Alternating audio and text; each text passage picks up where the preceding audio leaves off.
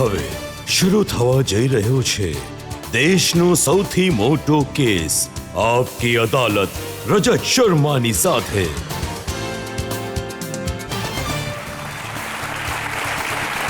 નમસ્કાર. Thank you very much.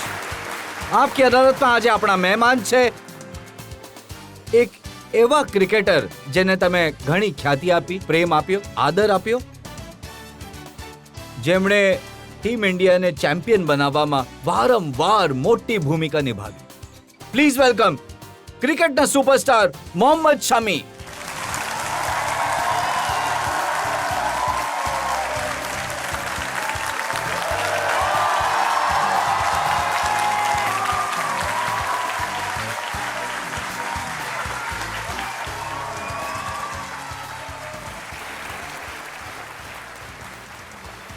અને આપકી અદાલતમાં આજના આપણા જજ પણ ઘણા સ્પેશિયલ છે. એમને તમે ટીવી પર ઇન્ટરનેશનલ અમ્પાયર તરીકે જોયા હશે. આઈપીએલમાં સૌથી વધારે મેચેસમાં એમ્પાયરિંગ કરવાનો રેકોર્ડ એમનો છે. Please welcome umpire Anil Chaudhary.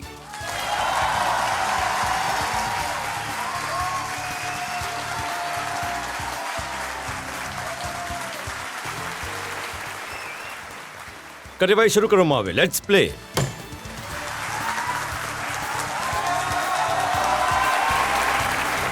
તો આવો શરૂ કરી આપકી અદાલતમાં આજનો કેસ. પહેલો આરોપ મોહમ્મદ શમી પર. આપકી અદાલતમાં સ્ટાર ક્રિકેટર મોહમ્મદ શમી પર આરોપ છે કે તેઓ પોતાની અલગ દુનિયામાં રહે છે. મોહમ્મદ શમી, તમે એક ગામમાં, ગ્રામ્ય વિસ્તારમાં, ફાર્મ હાઉસમાં એક પોતાની અલગ દુનિયા ક્રિએટ કરી લીધી છે. પિચ પણ મારી, પ્લેયર પણ મારા. મેં ઓર મેરી તન્હાઈ. ક્યારેક બેટિંગ કરો છો, ક્યારેક બોલિંગ કરો છો.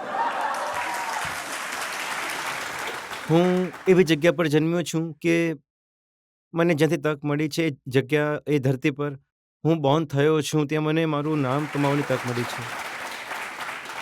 એકલો તો હું શું, ફેમિલી જોઈએ, બીજું શું જોઈએ? બહારની દુનિયામાં રંગથી મતલબ નથી. મારી પ્રેક્ટિસ કરું છું, મારું ખાવાનું પીવાનું, ત્યાં જ રહેવાનું, સવારથી સાંજ સુધી સારું લાગે છે. પછી મને ફિટનેસનો અલગ અંદાજ તમે ક્રિએટ કર્યો છે. ખુલ્લા પગે માટી પર દોડો છો, કહો છો ઘોડાની જેમ દોડવું છે મારે. જો ગધા મજૂરી કામ તો છે, તો કરવું તો પડશે, કારણ કે ત્યાં ફેસિલિટીઝનું એ સ્ટાન્ડર્ડ નથી. તમે કહી શકો કે હવે જે છે એમાં જ તમારે કંઈક ક્રિએટ કરવું પડશે. તો દેશી ટ્રેનિંગ મને નથી લાગતું કે હમણાં સુધી ફેલ થઈ છે, હમણાં સુધી કલ્ચર ગયું છે, તો એ ચાલી રહી છે. જો રેકોર્ડ્સ જોશો તમે, તો મને લાગે છે કે વિલેજના લોકો વધારે સક્સેસફુલ થયા છે કમ્પેર ટુ સિટીઝ, કારણ કે સોફ્ટ હોય છે સિટીવાળા. હવે એ મેં મિક્સ એન્ડ મેક્સ કર્યું છે બંનેનું, કે હા, જીમના સેટ જે મને ક્રિકેટમાં જોઈએ ત્યાં જીમ સેટ કર્યો છે, પણ આઉટડોર માટે જે મેં એક ખેતર છે, જે તમે વિડીયો જોયા છે, જ્યાંથી પણ તમે જોયું છે, એ એક અલગ જ પાવર જનરેટ કરે છે. જે બીજા ક્રિકેટ સ્ટાર્સ છે, કોઈ કે લંડનમાં ઘર બનાવ્યું, કોઈ કે દુબઈમાં ઘર બનાવ્યું, કોઈ કે મુંબઈમાં, અને શમીને અમરોહાનું ગામ જ મળ્યું હતું ઘર બનાવવા માટે. ગરીબ માણસ છું, એટલા પૈસા નથી.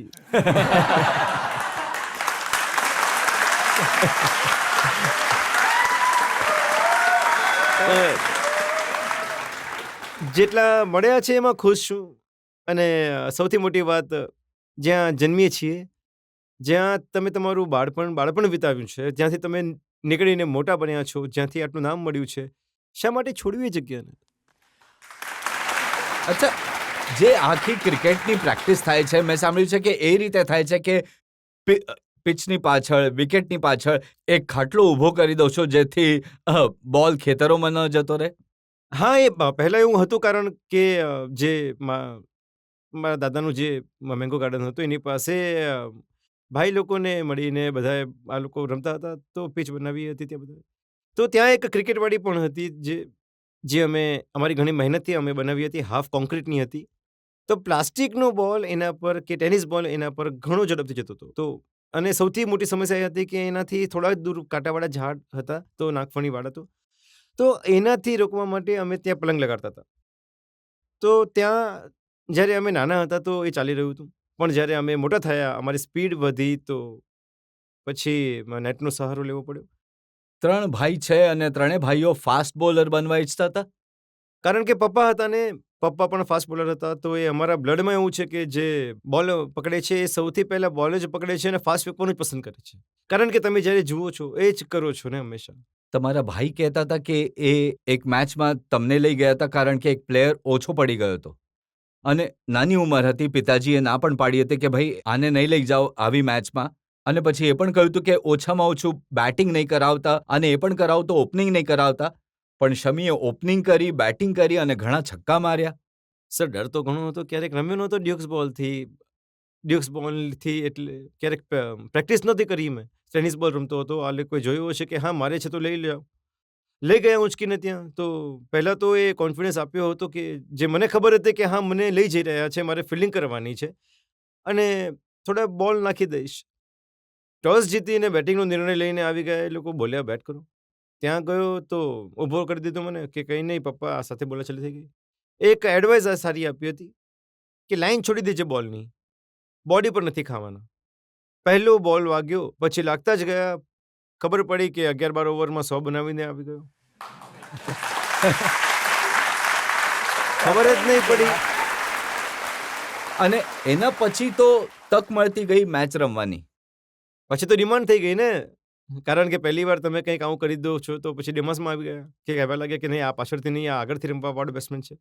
બટ જે મેં સ્ટાર્ટ કર્યું હતું લોકલમાં, જે લોકો મને જાણતા હતા, હું પહેલાં બેટિંગ જ કરતો હતો. બોલિંગ તો મેં પાછળથી શરૂ કરી છે. પણ હા, જ્યારે બોલિંગ શરૂ કરી તો પહેલા દિવસથી જ ફાસ્ટ ફેંક્યા છે. તો ટ્રાય એ જ હતી કે ફાસ્ટ બોલિંગ છે અને એ જ કરીશ. હમણાં પણ અમે તમારી બેટિંગ જોઈ છે. 2 વાર તો 50 લગાવી ચૂક્યા છો તમે. ને હમણાં રિસેન્ટલી એક મેચમાં તો તમે અને બુમરાહ રમ્યા જ કરતા હતા, આઉટ જ નહોતા થતા. ઘણી ઓછી તક મળે છે એવી, કારણ કે જ્યારે અમારો નંબર આવે છે તો કદાચ માથાથી ઉપર નીકળી ચૂક્યું હોય છે પાણી, અથવા તો જરૂર નથી હોતી ત્યાં રનની. પણ હા, 2-50, અને એ પણ ઇંગ્લેન્ડમાં. મારું તો દરેક માણસનો ડ્રીમ હોય છે કે ઇંગ્લેન્ડમાં 50 બનાવું. મારા બની ગયા.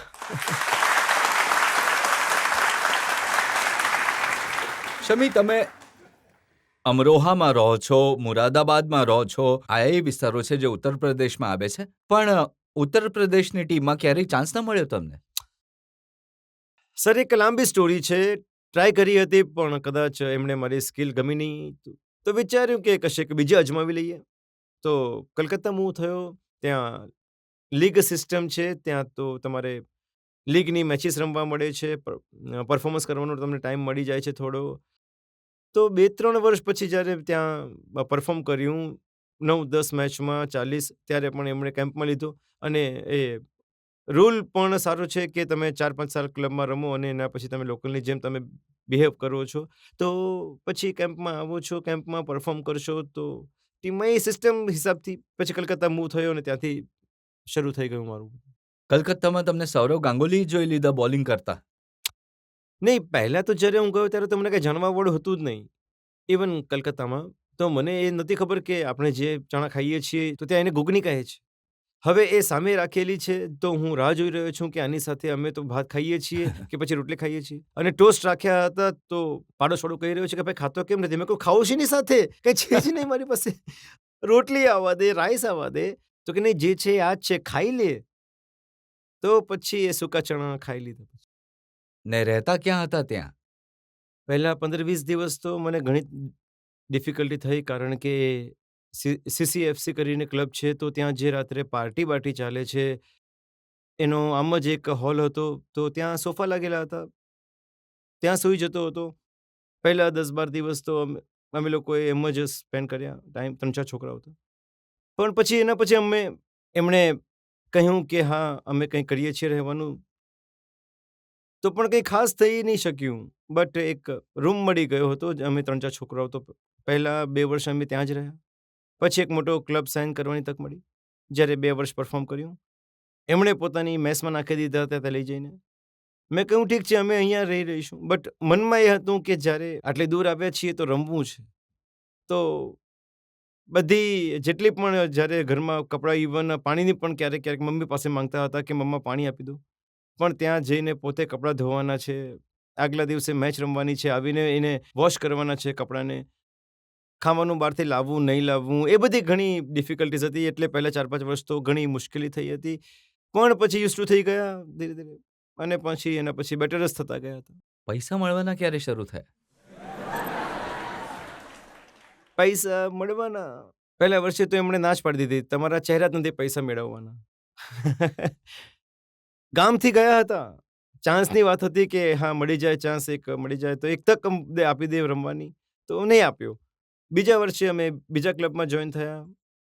પહેલાં તો એમણે નખરા બતાવ્યા, ભાઈ અહીંયા આવું છે તેવું છે. એ સિમેન્ટ પર લઈ ગયા હતા ને બોલ નાખવા માટે. સિમેન્ટ પર તો બોલ, બેટ નીચે નહીં આવે, બોલ નીકળી જાય તો બોલ્યા અમે રમાડીશું તમને. મેં કહ્યું સાહેબ પૈસા? તો બોલ્યા પૈસા નહીં મળશે તમને. મેં કહ્યું તો શું મળશે તો પછી? તો ભોળો ભોળો હતો તો બોલ્યા કે અમે પહેલાં જોઈશું તમને, તો પછી પરફોર્મ કર્યું અમે, તો અમે વિચારીશું. 11 મેચ રમ્યો, 44 વિકેટો લીધી, કદાચ 300ની આસપાસ રન બનાવ્યા. તો કદાચ એમને દયા આવી, 20,000 રૂપિયા એમણે મને પહેલી સેલેરી. પણ મને એટલું પ્રેશર ક્યારે લાઈફમાં નહીં આવ્યું જેટલું જે સેલેરી લઈને પ્રેશર આવ્યું લાઈફમાં. રાત્રે ટ્રેનથી આવવાનું હતું, પાછું દહેરાદૂન એક્સપ્રેસ આવી હતી. રાત્રે એ નહીં થાય કે ચોર ખિસ્સું નહીં કાપી જાય. પહેલી વાર 20,000 રૂપિયા મળ્યા હતા મને. આખા રસ્તે હું જાગતો હતો કે ભાઈ આ ખિસ્સું નહીં કપાઈ જાય, અને ખિસ્સું પણ અંદરવાળું, બહારવાળામાં નહીં. તો એવું કરતા આવ્યા. આવીને મેં મારી મમ્મીના હાથમાં રાખી દીધા પૈસા. એમણે 1 રૂપિયો નહીં લીધો. બોલ્યા તારા સામાન પર લગાવી લે, તારું સારું જ થશે.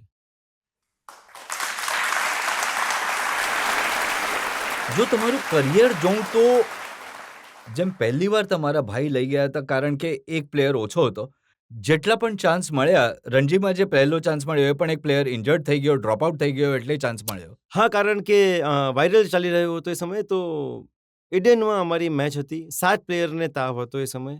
મને પણ તાવ ચડી રહ્યો હતો, કારણ કે ડેન્ગ્યુનો ટાઈમ ચાલી રહ્યો હતો એ સમયે.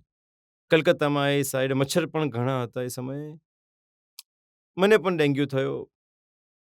પણ એ હિંમત કરીને અમે લોકોએ રમ્યા, કારણ કે જે 4 પ્લેયર હતા એવા હતા જે ફ્રેશ હતા, બાકી બધા અંદર બહાર જવાવાળા હતા દવા લેવા માટે. તો ઘણી મુશ્કેલીથી એ મેચ રમ્યા. કદાચ 3 વિકેટ મળી હતી કદાચ પહેલી મેચમાં, અને એ સિઝનમાં કદાચ 4 મેચ રમી શક્યો, અને એના પછી સીધો આઈસીયુમાં દાખલ.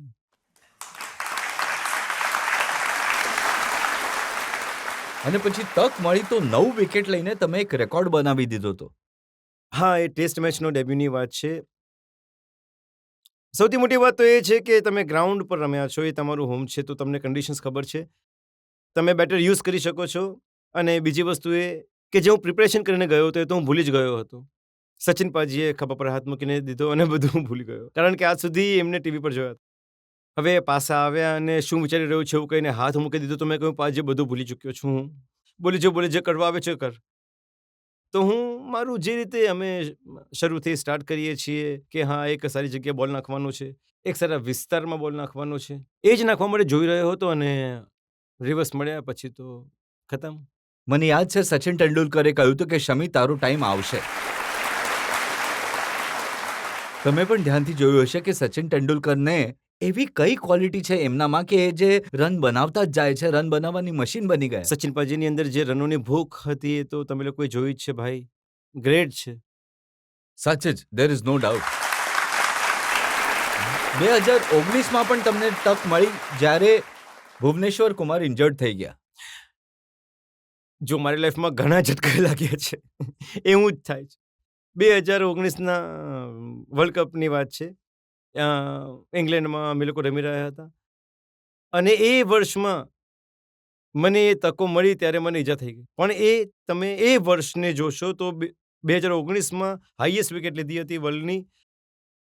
ત્યારે હું લાઇનમાં હતો કે મને આ તક ક્યારે મળશે, જ્યારે કે વર્લ્ડની સૌથી વધારે વિકેટ મેં લીધી હતી. ત્યારે પણ હું એક જ વસ્તુ માનું છું કે તમે અલ્લાહ પર, તમારા ભગવાન પર ભરોસો રાખો, તમે મહેનત કરતા રહો.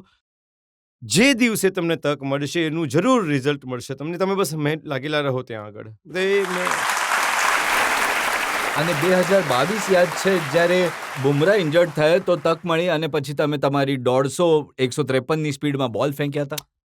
સર એ તો પાવર જનરેટ કરવાની વાત છે, પણ જેટલા પણ તમે જીતો આઈસીસી ઇવેન્ટ છે, હું બધામાં વેઇટ કરતો હતો કે મારો નંબર ક્યારે આવશે.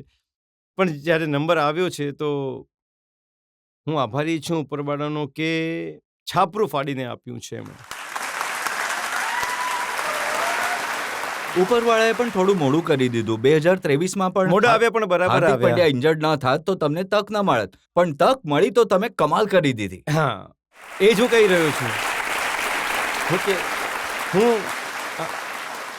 એવું બની શકે કે એમાં પણ કંઈક સારું જ થશે મારા માટે, કારણ કે જ્યારે પુણેમાં મેચ થઈ રહી હતી, કદાચ પુણેમાં મેચ હતી, તો હાર્દિક નહોતો રમી રહ્યો, હું રમી રહ્યો હતો એ મેચમાં.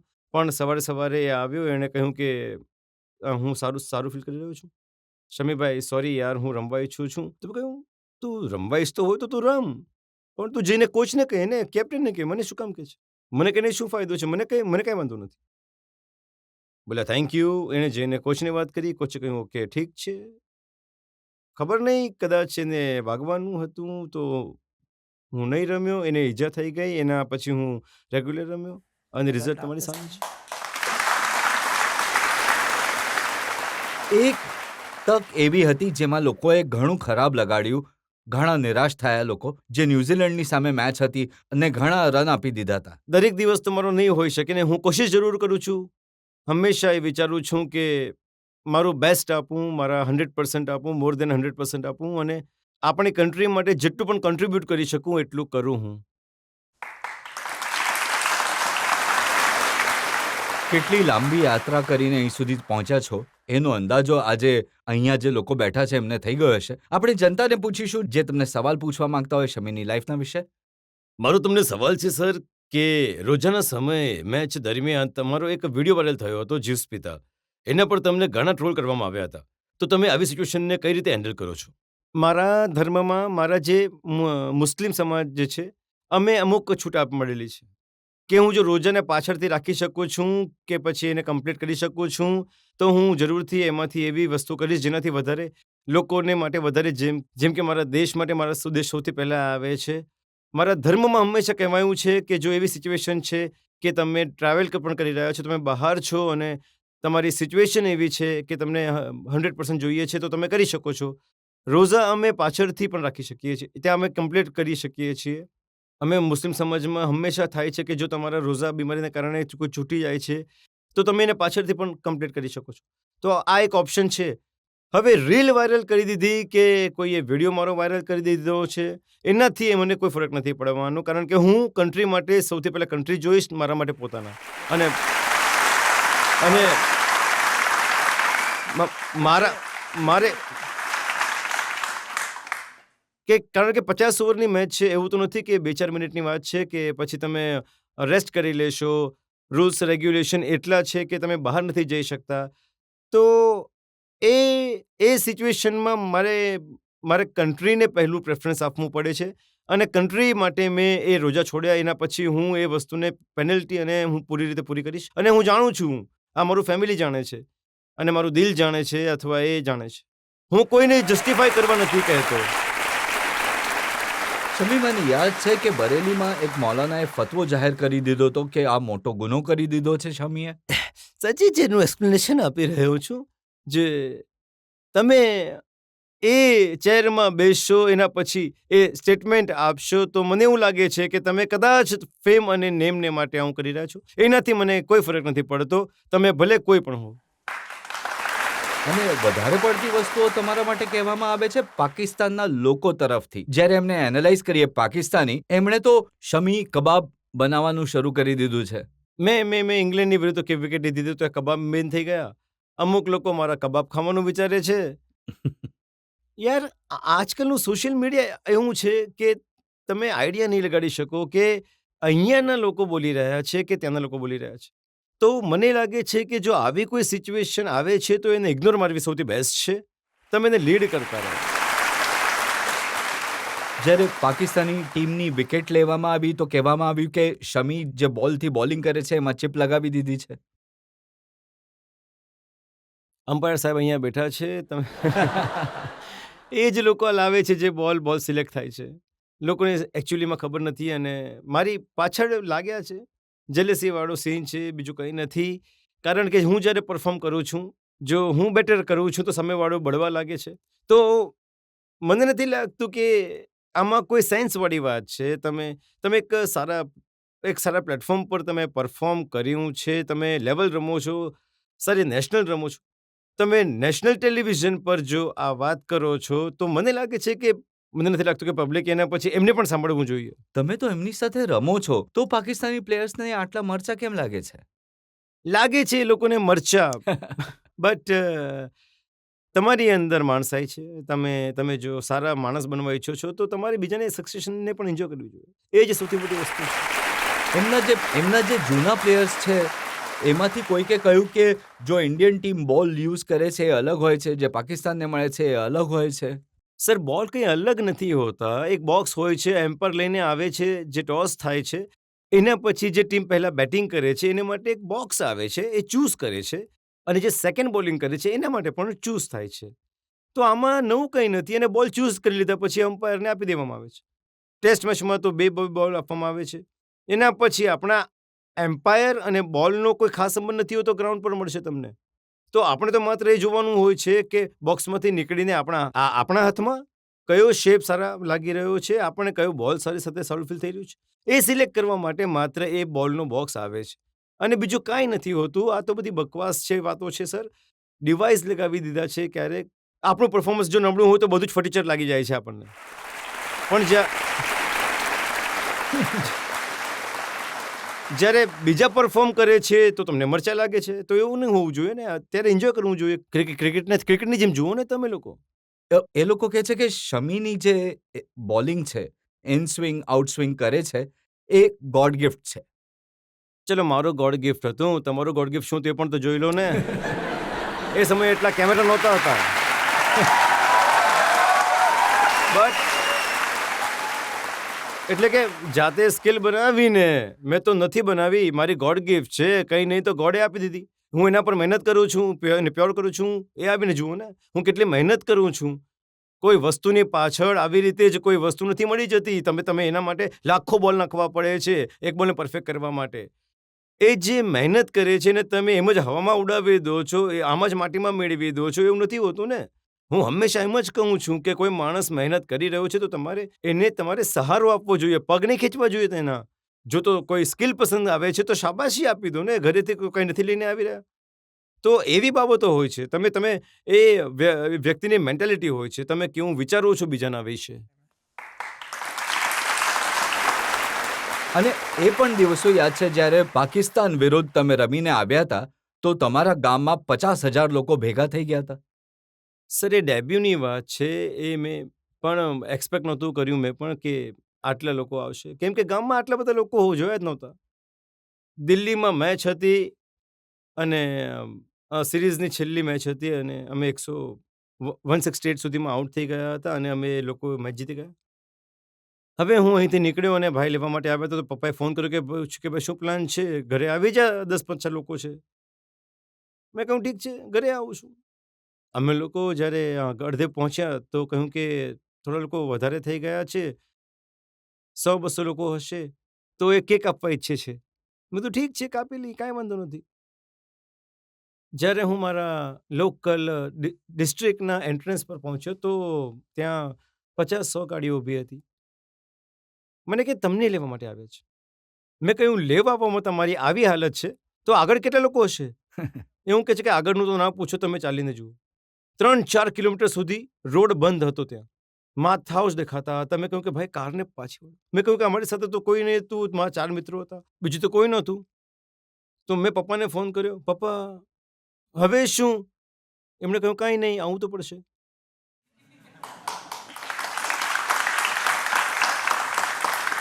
અને એ સમયે બીજો કોઈ ઉપાય હતો નહીં.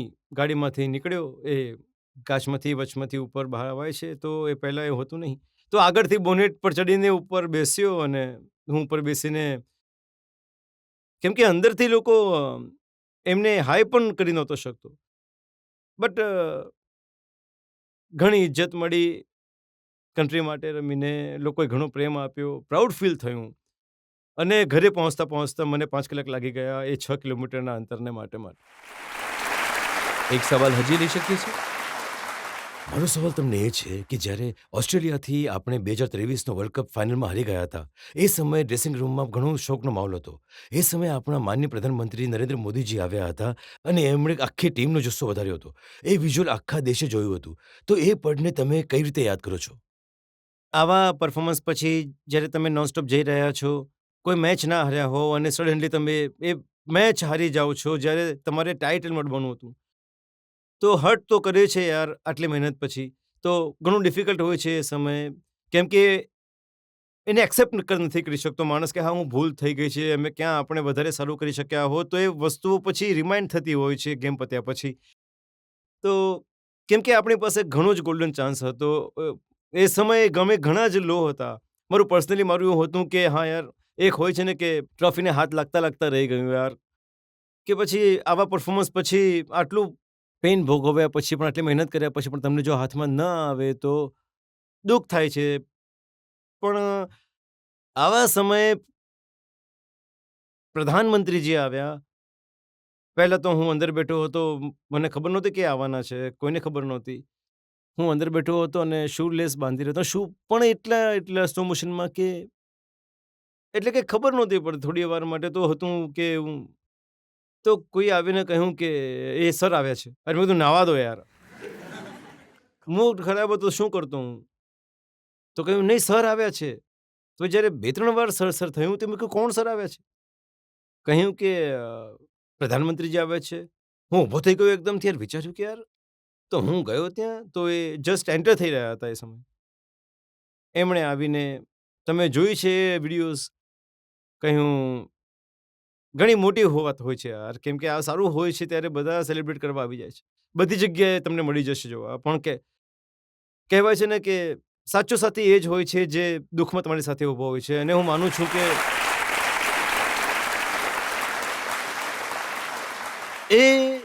એ મીટિંગ, એ 4 શબ્દો પછી એટલીસ્ટ અમે એટલું ફીલ કમ્ફર્ટેબલ કરી રહ્યા હતા કે અમે નિરાંતે ખાઈ શકતા હતા. તો એ ઘણું ચેન્જ હતું. હું દરેકનો આભારી છું કે ભારતમાં જે વેબ્સ હતી, જે ફિલિંગ્સ ચાલી રહી હતી અને જે ક્રાઉડે પ્રેમ આપ્યો હતો, એ મેજિક જેવું હતું, એ પંપ અપ કરી દેવાવાળું હતું. આપણે અહીંયા એક બ્રેક માટે રોકાઈશું અને બ્રેક બાદ આપકી અદાલતમાં મોહમ્મદ શામી પર આરોપો અને સવાલોનો હજી એક દોર. સ્મૃતિ મંદાનાનું એક ઉદાહરણ આપ્યું કે એમને બોલિંગ કરી રહ્યા હતા અને થાઈ પર એવો બોલ લાગ્યો કે 10 દિવસ સુધી પથારીમાંથી ઊભી ન થઈ શકે.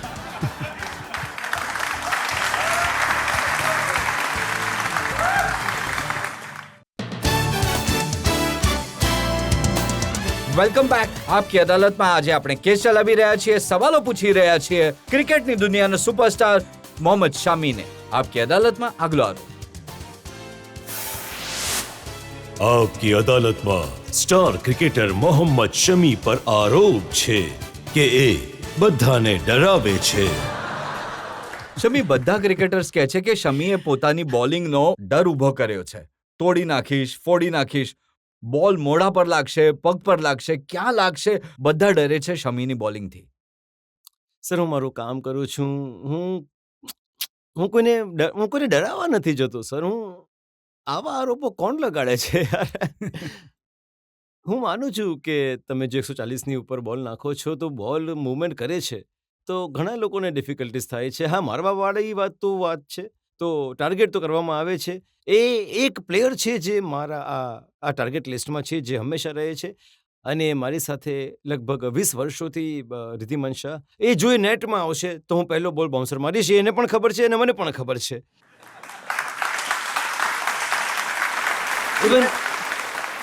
ઇવન અમે બંનેને જ નહીં, આખી ટીમને ખબર છે. જો આ અંદર આવી ગયો ને આ બોલ નાખશે તો પહેલો બોલ બાઉન્સર નાખશે. કેમ કે મને ખબર છે કે એ ઘણું જ વધારે ફ્લેક્સિબલ છે. કેમ કે એક હોય છે ને કે એક શોટ મારી દે તો સારું લાગે છે યાર, અરે વાહ શોટ મારી દીધો, કે બીટ થાય છે તો આમ ડરીને બીટ થઈ જાય છે. મને લેફ્ટ કરે છે. એક જુદા જ પ્રકારની ફ્લેક્સિબિલિટી છે એની અંદર યાર. એ આવી રીતે બેન્ડ થાય છે, આપણે જેમ આગળ બેન્ડ થઈએ પાછળની તરફ બેન્ડ થઈ જાય છે. તો મને એને બાઉન્સર મારવા એ માટે પણ સારું લાગે છે. એને કોઈ જ વાંધો નથી. તો પછી નેટની અંદર જો બેટ્સમેન મળી જાય તો પછી કહેવું શું? તો મારી સાથે તો એ બેસ્ટ બડી છે પહેલેથી જ. હવે રોહિત શર્મા ફરિયાદ કરે છે એ તો દુનિયાના સૌથી ખતરનાક બેટ્સમેનોમાંના એક છે. સારું, તમે મને એક વાત કહો, જો હું નેટ્સમાં છું, તમે મને કહો કે બાઉન્સર નહીં મારતો, તો હું બાઉન્સરની પ્રેક્ટિસ કરીશ ક્યારે યાર?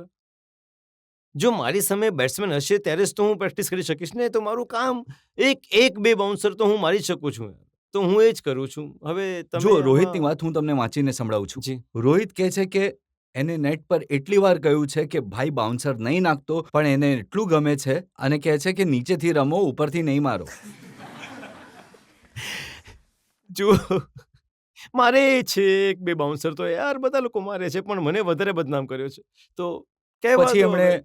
સ્મૃતિ મંદાનાનું એક ઉદાહરણ આપ્યું કે એમને બોલિંગ કરી રહ્યા હતા અને થાઈ પર એવો બોલ લાગ્યો કે 10 દિવસ સુધી પથારીમાંથી ઊભી ન થઈ શકે.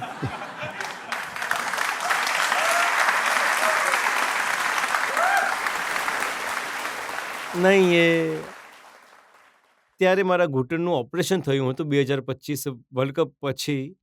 તો રિહેબ ચાલી રહી હતી. વુમેન્સ ટીમ આવી હતી ઇન્ડિયાની એનસીમાં પ્રેક્ટિસ કરવા માટે. તો ફિઝિયોએ કહ્યું કે તમારે 4 કે 5 ઓવર નાખવાની છે અને ઓછા ડગલા લઈને નાખવાનું છે, 4-5 ડગલાઓથી. મેં કહ્યું કે યાર મારી મેચ ચાલી રહી છે, હું એમને નાખી શકું છું? કેમ કે હું એકલો કરવામાં બોર થઈ જાઉં છું. કેમ કે મને બેટ્સમેન જોઈએ છે. તો એમને લાગ્યું કે યાર 4-5 પગલાઓમાં શું ફાસ્ટ બોલ નાખશે? પણ એમ પણ એ પગેથી લંગડાતો તો છે જ. તો છોકરીઓને પણ પૂછ્યું કે 6 ડગલાઓથી 5 ડગલેથી બોલ નાખશે તો ચાલશે? તો કહ્યું હા ઓકે છે. એમને તો એ એક્સપેક્ટ નહોતું કર્યું કે સ્વિંગ પણ થશે. એમને તો પેસનો જ આઈડિયા હતો ને કે 30 યાર્ડથી દોડીને આવશે તો ઝડપી નાખશે. એમણે એવી રીતે શોટ માર્યો. મેં એની જોડે વાત કરી, એને આઈડિયા હતો કે હાફ હશે તો 130 તો આવશે જ, એનાથી હાફ હશે તો એટલે કે 110-115 હશે, એમ કરીને એને આઈડિયા લગાવ્યો. પણ સ્વિંગ થશે એનો એને આઈડિયા નહીં કર્યો હતો.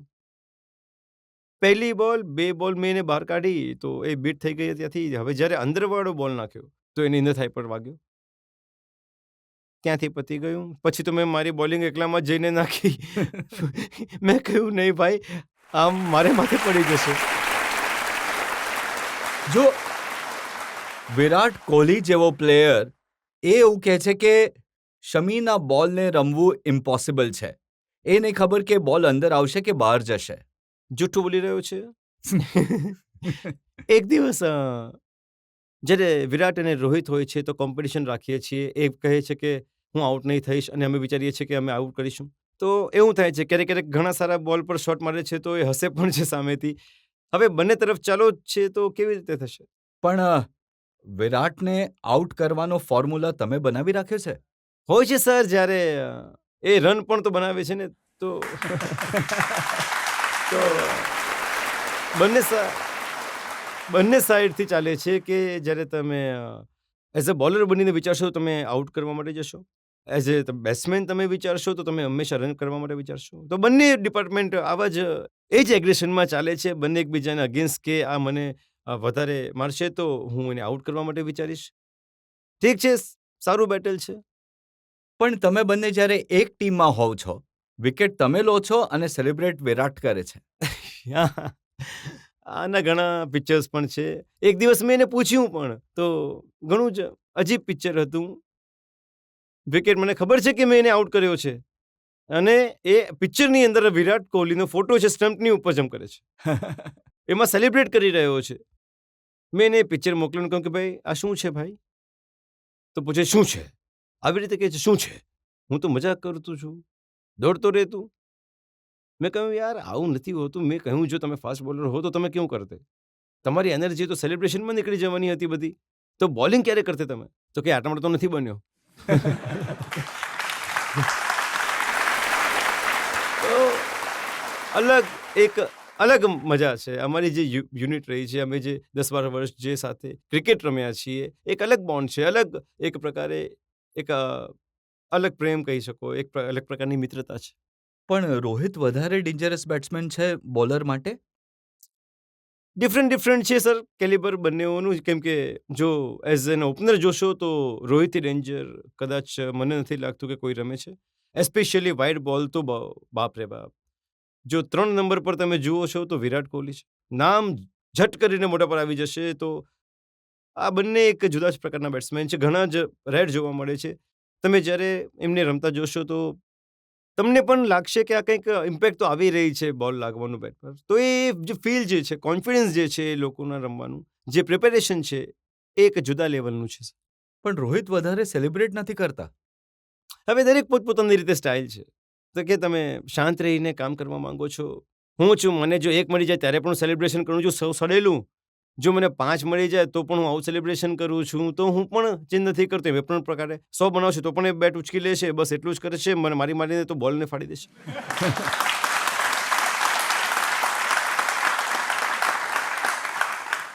પણ રોહિતની એક સ્ટાઇલ છે ગાળો આપવાની. એ તો વધારે પડતી મુંબઈ સાઈડમાં જે લોકો રહે છે સોરી કહેતા રહેતા હોય છે. બટ એ ગાળું નથી એકચ્યુઅલી, એ એમના માટે એ એક પ્રકારે એનો ટોન છે, એમને માટે એક પ્રકારે વાત કરવાની રીત છે. અમારે ત્યાં કોઈ કરી દે તો લડાઈ થઈ જાય છે, પણ એ એવું નથી કે પર્પઝલી આપે છે. બટ એમની રીત છે એ વાત કરવાની, જેમ કે લોકલમાં વાત કરે છે ને એવી જ રીતે ત્યાં વાત કરે છે. બટ થાય છે ને કે ક્યારેક ટેન્સ હોય ગેમ અને માણસ ગાળો આપી દે તો રિએક્ટ થઈ જાય છે માણસ, તો થઈ જાય છે ક્યારેક. તો આજકાલ તો સ્ટમ્પ માઇક છે તો લોકો સાંભળી પણ લે છે. ઘણા બધા એવા કેસીસ છે કે કેમ કે તમે પલટી નહીં શકો, તમે ઇગ્નોર નહીં કરી શકો, તો એ માઇકની સાબિતી છે તમારી પાસે. હવે તમારી અને હાર્દિક પંડ્યાની જે બોલાચાલી થઈ એ પણ બધાએ સાંભળી. એકચ્યુઅલી હું મનનો ખરાબ નથી એ. પછી એણે રિએક્ટ કરી દીધું, એને પણ ખબર નહોતી કેમ થયું. મેં એને પૂછ્યું કે કા શું હતું, તો કે મને પણ નથી ખબર યાર. તો મેં કહ્યું કે ભાઈ તો પછી કેમ, પબ્લિકને મજા કરાવવા માટે? તો કે તમે તો મને ઓળખો છો 10 વર્ષથી, મેં તમને ભાઈ સિવાય કોઈ વર્ડ કહ્યો છે? કહ્યું નથી કહ્યું આજ સુધી. તો પછી કે હવે હું શું કરું, મને નથી ખબર, મને માફ કરો, મને નથી ખબર બાબા. તમે કહો તો હું મીડિયા પર પણ સોરી કહી દઈશ. મેં કહ્યું નહીં એની જરૂર નથી. બટ તું એક, જો તમને કેપ્ટનશિપ આપવામાં આવે છે તો એક એવું કેપ્ટન માનવામાં આવી રહ્યા છે તમને, તો તમને પેશન્સ રાખવું પડશે, તમને એ દાયરામાં રહેવું પડશે જેથી લોકો મજા નહીં લે. તો અને એ પણ સમજે છે આ બધી વસ્તુઓને, પણ કહું છું ને કે ત્યાંનો ટોન જ એવો છે. હા, એ પણ ત્યાંનો જ છે. પણ જે અહીંના છે કેપ્ટન ધોની, એમની કુલનેસ કમાલની છે. શું એ ખરેખર આવા જ કુલ છે જેવા ટીવી પર દેખાય છે કે ક્યારેક એ પણ ગુસ્સો કરે છે? અહીં એવું નથી કે દરેક વખતે કુલ છે. એ જે ગેમની સિચ્યુએશન જે છે, જે ગેમની જે ડિમાન્ડ કરે છે એ વિચારવાની પાવર ઘણી સારી છે એમની. અને સ્માર્ટલી એ જે ગેમ રમાડે છે અને રમે છે એ એક જુદી આવડત છે એમની. એવું નથી કે ઓફ ધ ફિલ્ડ પણ એવું પણ થોડું એગ્રેસિવ છે, પણ એવું નથી. પણ તમે ખોટું ગ્રાઉન્ડ પર જો કરશો તો તમને કહી દેશે કે હા તમે ખોટું કરી રહ્યા છો, આપણો પ્લાન આ હતો, તમે આ પ્લાનથી આગળ અલગ છે, તમારે આ કરવું જોઈએ. તો એ ક્યારેક એઝ અ કેપ્ટન મને લાગે છે કે ઇરિટેટ પણ થઈ જતા હશે માણસ, જ્યારે વધારે રન જઈ રહ્યા છે કે પછી તમે આઉટ નથી કરી શકતા, તો મને લાગે છે કે થઈ જતું હશે, આપણે પણ થઈ જાય. પણ કેપ્ટન કુલ કહે છે કે કેમ કે પોતાનામાં જ રહે છે, પોતાની રીતે ગેમને ચલાવે છે અને ઘણી સરસ રીતે ગેમને જીતી જાય છે. અને એ પણ લોકોએ જોયું કે જે 2019માં તમે હેટ્રિક લીધી હતી એની ઘણી ચર્ચા થઈ હતી. એ પહેલા ધોનીએ તમારા કાનમાં કોઈ મંત્ર ફૂંક્યો હતો, શું કરવું છે? એ મેચ ઘણી ટાઈટ મેચ બની ચૂકી હતી અને એક પ્રકારે અમારા હાથમાંથી નીકળી રહી હતી એ ગેમ. કેમ કે 12 બોલમાં 12 કે 14 રન જોઈતા હતા કદાચ, અને નબી રમી રહ્યો હતો ત્યાં. તો પ્લાનિંગ હતી અમારી કે અમે એને ત્યાં લેગ સ્ટમ્પ પર ફસાવીને રાખીએ, કારણ કે એ સાઈડ થોડી મોટી હતી. એ આઉટ થયો, એના પછી જ્યારે બીજી વિકેટ આઉટ થઈ તો પછી આવ્યા દોડીને, કહ્યું કે શું કરવાનું છે તું? મેં કહ્યું કે કોઈ ઓપ્શન નથી, જડ પર સીધો હું મારવાનો છું. કહ્યું કે ઠોકી દે. યોકટ માર્યો, હેટ્રિક થયું, પછી મેચ પણ જીતી લીધી. એ તો ઇતિહાસ રચ્યો હતો તમે. એકવાર મેં સાંભળ્યું કે ઘણા નારાજ થઈ ગયા હતા ધોની જ્યારે તમે મેકલમને જોરદાર બાઉન્સર ફેંક્યો હતો. હા, એક મતલબ થોડા એવું નથી હોતું કે નારાજ, બસ થોડું ગુસ્સે થઈ ગયા હતા. થોડું એકચ્યુઅલી એ વિરાટથી 14 રન પર કેચ છૂટ્યો હતો, પછી 300 ને પાર રન બનાવી લીધા. એના પછી જ્યારે બીજો દિવસ હતો કદાચ 2 દિવસ અને એમને ફિલ્ડિંગ કરતા થઈ ગયા. પછી એક સારા બોલ પર એને શોટ માર્યો. લંચનો લાસ્ટ બોલ હતો, લંચ થવાનો હતો. તો મેં બાઉન્સર કર્યો અને એ મહીભાઈની ઉપરથી જ નીકળી ગયો.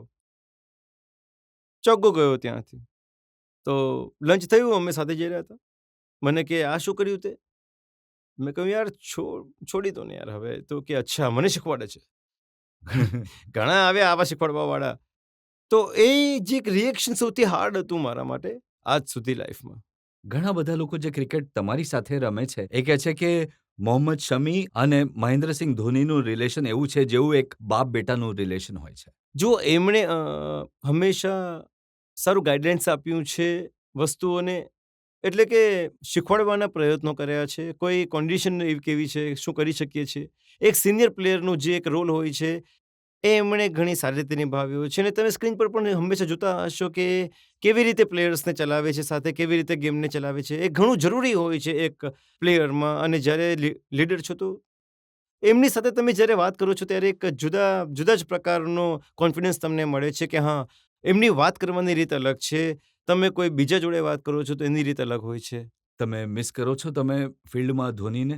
મિસ તમે એને હંમેશા ત્યાં કરો છો જ્યાં તમારા બેસ્ટ મોમેન્ટ હોય છે. જ્યારે તમે સારા ટુર્નામેન્ટ રમો છો તો તમે હંમેશા મિસ કરો છો. એવું નથી કે તમે મિસ નથી કરતા. હંમેશા ક્યાંક ને ક્યાંક આજે પણ આપણે જ્યારે ઘરમાં બેસીએ છીએ, વાત થાય છે, મેચની વાતો થાય છે, તો ક્યાંક ને ક્યાંક આપણા જેટલા પણ સાથી હોય છે એ દરેકની વાત થાય જ. તો ધોનીને લઈને એવી કઈ બેસ્ટ મોમેન્ટ છે જે તમને યાદ આવે છે? જ્યારે તમે ગેમની અંદર હોવ છો તો તમને કેટલી કામનેસ કરાવી દે છે તમારી અંદર, કે તમને જે પ્લાન જે છે દેખાય છે બસ. એ સૌથી સારી બાબત લાગતી હતી મને ધોનીની અંદર હંમેશા. જ્યારે તમે ટ્રેકથી ઓફ થઈ જાઓ છો ત્યારે તમે ખોટી લાઈન પર બોલ નાખો છો તો તમે જોયું હશે કે દોડીને આવી જાય છે હંમેશા. અને ફક્ત એ જ રિમાઇન્ડ કરાવે છે કે આપણી વાત આ થઈ હતી, અત્યારે આ ખોટું છે. જો ચેન્જ કરવું હોય તો બોલો. આટલું જ કહેતા હતા. એ બાબત સૌથી સારી લાગતી હતી.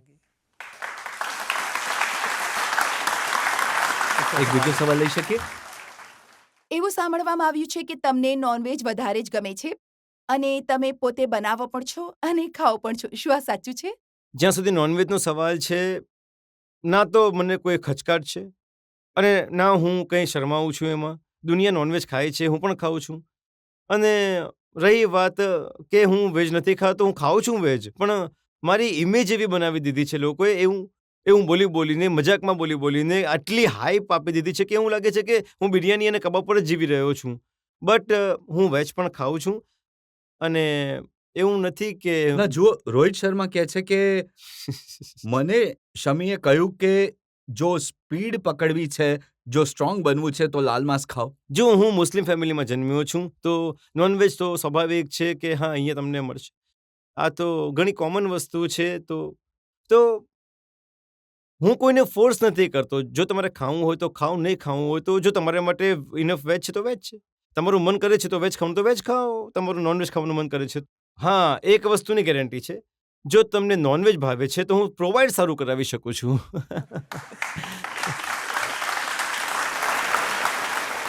રવિ શાસ્ત્રી કહે છે કે જ્યારે એ કોચ હતા, મેચ ચાલી રહી હતી, લંચ ટાઈમમાં એમણે તમારી પ્લેટ જોઈ બિરયાનીથી ભરેલી, તો એક કોમેન્ટ કરીને ગયા હતા, તમે ગુસ્સામાં પ્લેટ ફેંકી દીધી હતી. હા, 2018ની વાત છે જ્યારે અમે સાઉથ આફ્રિકાની લાસ્ટ વાળી મેચ જીત્યા હતા. એ વાળી મેચની આ વાત છે.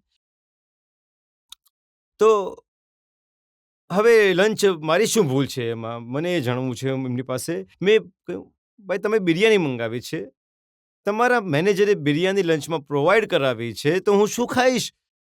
ખાઈશ તો બિરયાની. જ્યારે ખાવામાં બિરયાની લાગી છે તો બિરયાની જ ખાઈશ." તો એક તો અમે ફિલ્ડિંગ કરીને પહેલા દિવસે અમે ફિલ્ડિંગ કરી હતી. આગલા દિવસે છેલ્લે દિવસ હતો, ફિલ્ડિંગ કરવાના હતા. એક સેશન અમે ફિલ્ડિંગ કરીને આવ્યા, ગરમ હતું એકદમ. મેં કહ્યું યાર જલ્દી ખાઈ લઉં, પછી થોડો આઈસ બાથ લઈશ, એના પછી હું ગ્રાઉન્ડ પર જઈશ.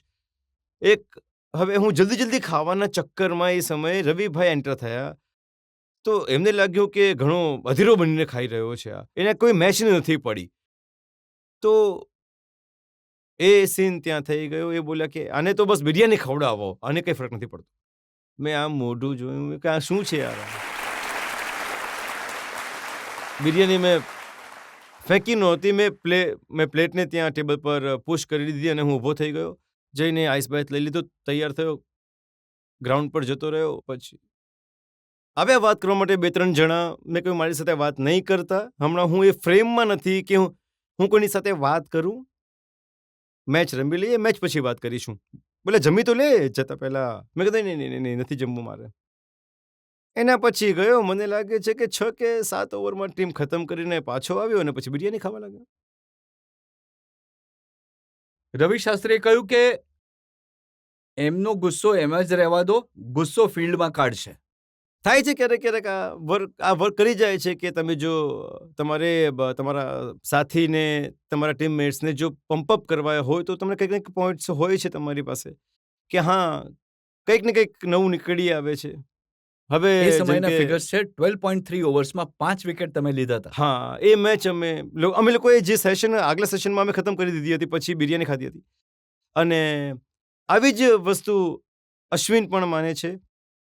તો આવી વસ્તુઓ થાય છે. અશ્વિન શું છે એ તમિલમાં વાત કરે છે, મને કંઈ સમજ નથી પડતી. હું આન્સર આપું છું એ સાચું હોય છે.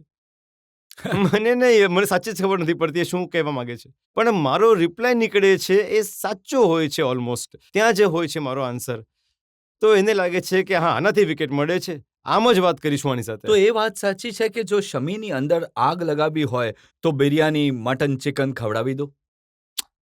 સર ભાવે છે, ખાઈ શકું છું. હજી એક્સ્ટ્રા પાવર મળશે તો એમાં શું વાંધો છે. સર મારો સવાલ એ છે કે તમને ક્રિકેટ ટીમમાં સૌથી ફની કોણ લાગે છે? ચહલને કહી શકીએ છીએ, કારણ કે જેવી એની બોડી છે એ પંગા એનાથી વધારે મોટા લે છે. હવે વિચારો, જો ચહલ મારી સામે છે, એક્ઝામ્પલ, હું શાંત બેઠો છું અને મારા કાનમાં કહે છે કે આવો હું તમને ખૂણામાં ધોઈ નાખીશ, તો પછી હું કેવું ફીલ થશે તમને? જો ચહલ મને કહે છે કે તમારી ધુલાઈ કરી નાખીશ, હું તમને કરડીને ભાગી જઈશ, એવા કામ એ કરે છે. સૌથી ફનીએસ્ટ તો એ જ છે. હું ખોટું નથી કહેતો, પણ જો હું કદાચ જોરથી એનો હાથ પકડી લીધો ને તો એ તૂટી શકે છે. શિખર ધવન પણ ઘણા તોફાન કરે છે. એ એનું નેચર છે. શિખર હંમેશા એ જે પંજાબી વાળો મૂડ હોય છે એ એકદમ ઓન રાખે છે. હંમેશા ગીતો ગાતો રહે છે, ઠુમકા મારતો રહે છે, અને એને ગમે છે હું ચહેલ પહેલ કરું, તો એ ડિફરન્ટ ટાઈપના મૂડમાં રહે છે હંમેશા. સર હું સ્ટાર્ટિંગથી તમને મારા આઈડિયલ માનું છું. Thank you. હું તમારી પાસે એ જાણવા ઈચ્છું છું કે જે અમે તમને અમારા આઈડિયલ માનીએ છીએ, તમને જોઈને ઘણું બધું શીખીએ છીએ તમને જોઈને, તો હું જાણવા ઈચ્છું છું કે તમે કોને પોતાના આઈડિયલ માનતા હતા સ્ટાર્ટિંગમાં જ? સ્કિલ વાઇઝ જો તમે મને જુઓ તો ડેલ સ્ટેઇન મારી કેટેગરીમાં આવતા હતા. હાઇટ પણ કોઈ એટલી વધારે હતી નહીં, પણ પેસ પણ એટલી વધારે હતી નહીં, કોઈ ઓલમોસ્ટ મારી આસપાસના જ હતા. તો મને સિમિલેરિટીઝમાં તો એ પસંદ હતા, પણ શીખવામાં જેમ કે વાત થઈ, અમારે વસીમ અકરમ પાસે ઘણું શીખવા મળ્યું, ઝહીરભાઈ પાસે ઘણું શીખવા મળ્યું, આશિષ નહેરા પાસે ઘણું શીખવા મળ્યું. રોલ મોડલ હંમેશા એવા હોવા જોઈએ કે જે તમારા લેવલના હોવા જોઈએ. મારા તો ડેલ સ્ટેન હતા ભાઈ.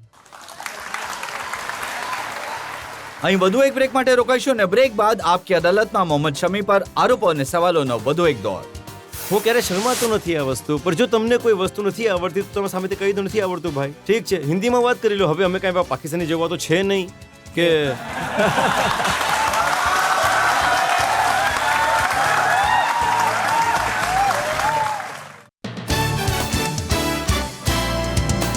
Welcome back. આપકી અદાલતમાં આજે આપણા મહેમાન છે સુપરસ્ટાર ક્રિકેટર મોહમ્મદ શમી.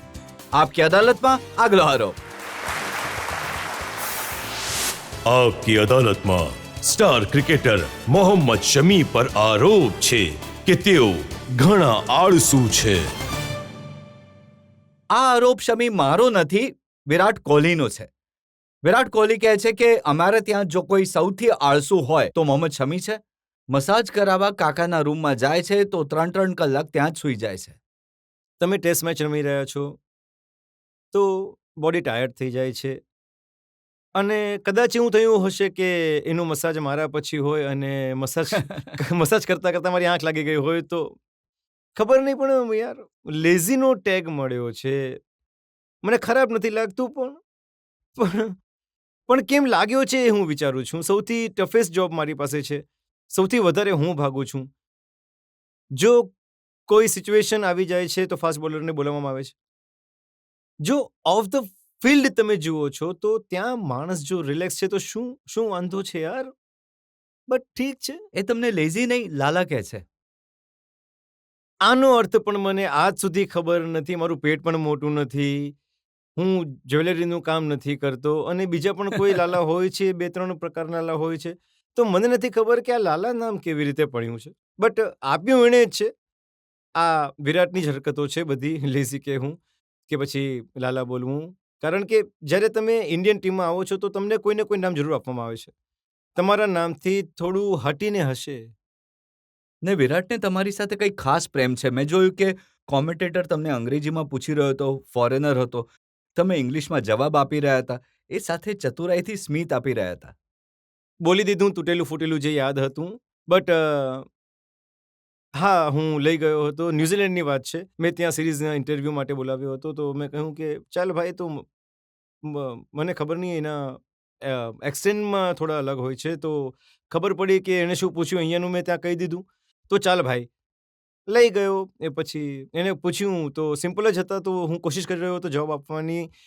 તો પછી જ્યારે ખતમ થઈ ગયું તો મને કહે કે મને કેમ બોલાવ્યો હતો? તો એમ પણ એ કોમેન્ટેટરે હિન્દીમાં તમને કહ્યું હતું કે સારું સર ઇંગ્લિશ બોલો. ટ્રાય કરું છું, પણ એ જ છે કે હું ક્યારે શરમાતો નથી આ વસ્તુથી. જો તમને કોઈ વસ્તુ નથી આવડતી તો સામે કહી દો ને કે નથી આવડતી ભાઈ. ઠીક છે, હિન્દીમાં વાત કરી લો. હવે આપણે પાકિસ્તાની તો જેવા છીએ નહીં કે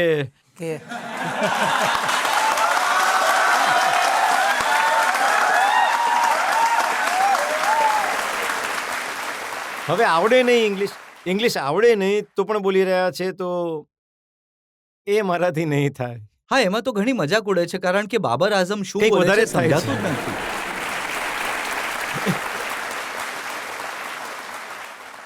હજી એમાં તમારી હજી વધારે મજાક બનશે.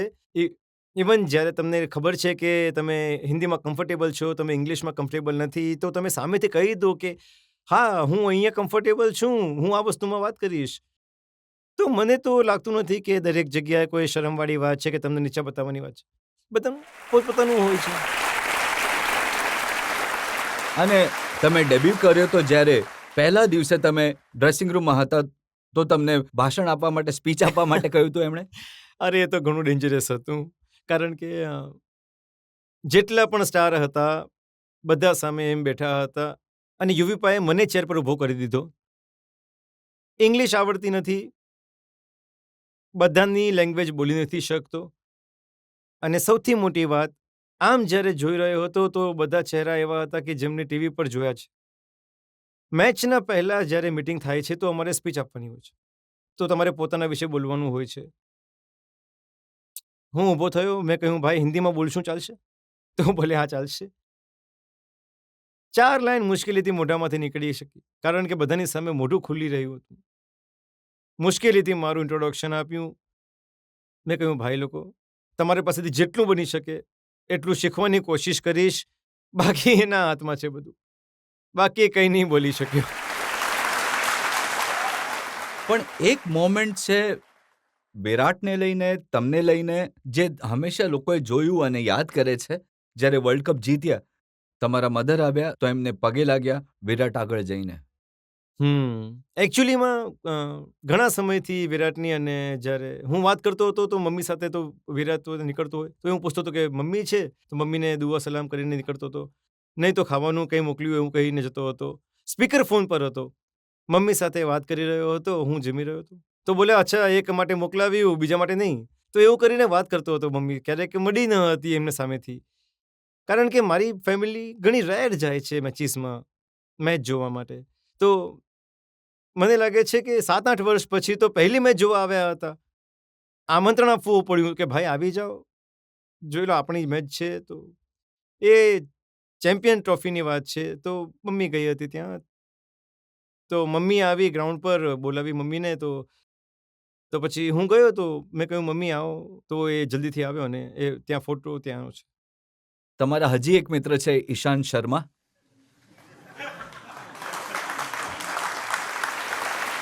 ઈશાંત એ કહે છે કે શમી મોહમ્મદને જો રિકવરી કરવાની હોય ઇન્જરીથી એને પબજી રમવા દો, એને મટન ખાવા દો, નલ્લી નિહારી ખાવા દો અને સુવા દો. સેમ ડિપાર્ટમેન્ટની જોબ છે અમારી, તો પણ આવી વાત બોલે છે. પણ અમારું જે બોન્ડિંગ છે એ એક અલગ લેવલનું છે ભાઈ. હું, ઈશાંત, કે ભુવનેશ્વર, ઉમેશ, મોહિત, અમે બધા ફાસ્ટ બોલર છે ને એક અલગ લેવલના, બસ પણ પાછળથી જ બેસીએ છીએ. અને આગળવાળા માણસોની એટલી હિંમત નથી, કોચની પણ, કે પાછળ આવીને વાત કરી લે. એટલા શરીફ લોકો છે અમે. હવે એકબીજાની સાથે વાત કરી લઈએ છીએ. તો આ બોન્ડિંગ મને લાગે છે કે હું લાઈફમાં ક્યારેય નહીં ભૂલી શકું. જે અમારા એકબીજા માટે પ્રેમ, એકબીજા સાથે લડાઈ, એ વાતો જે બોલીએ છીએ એકબીજા માટે, તમે સાંભળો તો ઝઘડો થઈ જાય. એવી વાતો અમે લોકો ઉટપટાંગ બોલી દઈએ છીએ એકબીજાને. પણ એ જે પ્રેમ, એ જે લગન છે, એ હું હંમેશા મિસ કરું છું. ઈશાંતનો એક વિડીયો મેં જોયો જેમાં એ તમારી બોલવાની રીતની નકલ ઉતારી રહ્યા છે. હવે બોલી રહ્યો છું તમારી સામે, જોઈ લો કેવી રીતે બોલું છું. હું આવો જ છું અને હું ચેન્જ નથી થવા માંગતો. તો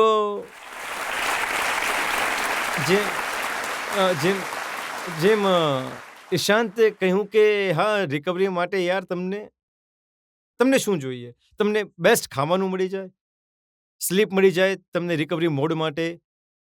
અને યાર ગેમ તો બધાને એક ને એક તો પસંદ હશે જ, કોઈને કોઈ. તો મારી પણ શું ભૂલ છે એમાં? શમી, 2015નો વર્લ્ડ કપ,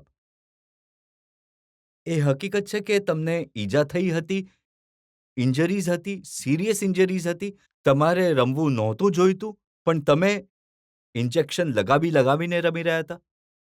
આ આપણું ઓપન ડિસ્કશન ફિઝિયો અને માહીભાઈની સાથે થઈ હતી. જે સિચ્યુએશન હતી, જે બધાને ખબર હતી, કન્ડિશન શું છે મારાની એ બધાને ખબર હતી. મારા કોર્ટેલિજનું ઓપરેશન થયું હતું. ઘૂંટણનું હાડકું જે જોઈન્ટ હોય છે એમાં એક ક્રેક આવી ગયું હતું. તો હું ટેસ્ટ સિરીઝ પત્યા પછી પાછો આવવાનો હતો. 3-4 મહિના માટે ઓસ્ટ્રેલિયામાં હતા. તો ઓપનલી ડિસ્કશન થયું કે ભાઈ, ઈશાંતને પગમાં ઈજા થાય છે તો એ નહીં રમી શકશે, તો એક માણસને તો રોકાવવું પડશે. તો મેં ડૉક્ટરને એ જ પૂછ્યું કે યાર, હું રમી તો નહીં શકું, પણ મને કહો કે હું આ ઘૂંટણ વચ્ચે તો નહીં છોડશે ને મેચને? કેમ કે હું ક્યારે પણ ગેમ હું જ રમું છું. હું હંમેશા એવી શ્યોરિટી ચાહું છું કે હું ગેમને વચ્ચેથી નહીં છોડું, કે મારી જગ્યાએ કોઈ અન્યને નહીં ભરવું પડે અને મેચ હારી જઈએ. એ હું કન્ટ્રી માટે નહીં થઈ ઈચ્છતો. તો આ ઓપનલી કહેવામાં આવ્યું હતું. ડૉક્ટરે મને પૂરો કોન્ફિડન્સ આપ્યો કે આ ઘૂંટણ તમને વચ્ચે સાથ નહીં છોડશે. હા, કહેવાય છે કે 19-20 વસ્તુઓ બગડી જાય છે, કે 20-19 સારું થઈ જાય છે. તો 19-20 થઈ શકે છે, પણ 22-24 નહીં થઈ શકે. મેં કહ્યું ઠીક છે, તો પછી હું પેઇનકિલર ખાઈને રમી લઈશ. પણ એ મેચ પહેલાં હું મેચ બાદ સિચ્યુએશન એટલી ખરાબ થઈ ગઈ કે જો અમે પાછલા જતા તો અમને એવો કોઈ બોલર જ નજર નહોતો આવતો કે જે વર્લ્ડ કપ રમતો હતો. એ ઓપ્શન નહોતો મારી પાસે. અને જે 4 મહિનાઓથી રમી રહ્યા હતા એમને કન્ડિશન ખરાબ હતી. એમાંથી એક જતો રહ્યો હતો, બીજો તૂટેલો હતો. તો મેં 7ની 7 ગેમ દવાના સહારે અને એ પેનમાં જ રમેલો છું. હું 2015નું વર્લ્ડ કપ, કે જે મારી થાઈની સાઇઝ છે એ જે ઘૂંટણની સાઇઝ થઈ જતી હતી અને એ મેચ થઈ જતી હતી. લગભગ 50 ml સુધી ફ્લુઇડ નીકળતું હતું દરેક મેચમાં. તો હું મેચ રમતો હતો, બસ નીકળી જતી હતી અને હું મારી કારની હોસ્પિટલ જતો હતો. ઇન્જેક્શન લગાવી લેતો, હોટેલ આવી જતો, 3 દિવસ આરામ કરતો હતો, ચોથા દિવસ ગ્રાઉન્ડ પર જઈને પાછો આવતો અને 5મા દિવસે મેચ. આવું મારું આખું શેડ્યુલ હતું. અને એની એ જ હાલત જ્યારે આગલો વર્લ્ડ કપ થયો. સર, પહેલાં તો હું આનાથી જ પરેશાન હતો. 4 mmનું પીસ તો તૂટીને બહાર જ નીકળી ગયો હતો. મસલમાં ખબર નહીં ક્યાં ફસાઈ ગયો હતો. તો એનાથી બહાર આવ્યો, આ સારું કરી આવ્યો. આગળના વર્લ્ડ કપમાં આના એક્સેલનું થઈ ગયું. પણ 2023ના વર્લ્ડ કપમાં દયા ઉપરવાળાની, કે જેવો વ્યક્તિ ચાહે છે ને કે લાઈફમાં મારી સાથે આવું થાય, મારા આ પ્રોફેશનમાં, જે હું ચાહતો હતો કે બોલ મારી વાત સાંભળે, કે મારા હિસાબે ચાલે બોલ, એ વર્લ્ડ કપમાં બોલ એવી ચાલી રહી હતી જેવું હું ચાહતો હતો. એ કેમ કે જેમ કે મેં વિચાર્યું બિલકુલ ફ્લેટ વિકેટ પર જાય આગળ બોલ ચાલી રહી હતી. ત્યાં આગળ હું વિચારી રહ્યો હતો ને કે આ મૂવ થશે, બોલ અંદર જશે અને બહાર જશે, તો એ જઈ રહી હતી ત્યાં. બરાબર જેવું હું ચાહતો હતો એવું જ થઈ રહ્યું હતું. પણ સેમ સિચ્યુએશન હતી. ડે 1 થી દુખાવા સાથે રમવું, નમનેસના ઇન્જેક્શન લેવા. કેમ કે હું જે ફોર્મ ચાલી રહ્યું છે, જે વર્લ્ડ કપનું સૌથી ડ્રીમ હોય છે, તમે ચાહો છો કે મને તો નસીબ મળ્યું છે કે મેં કન્ટ્રી માટે આટલા બધા વર્લ્ડ કપ રમ્યો છું.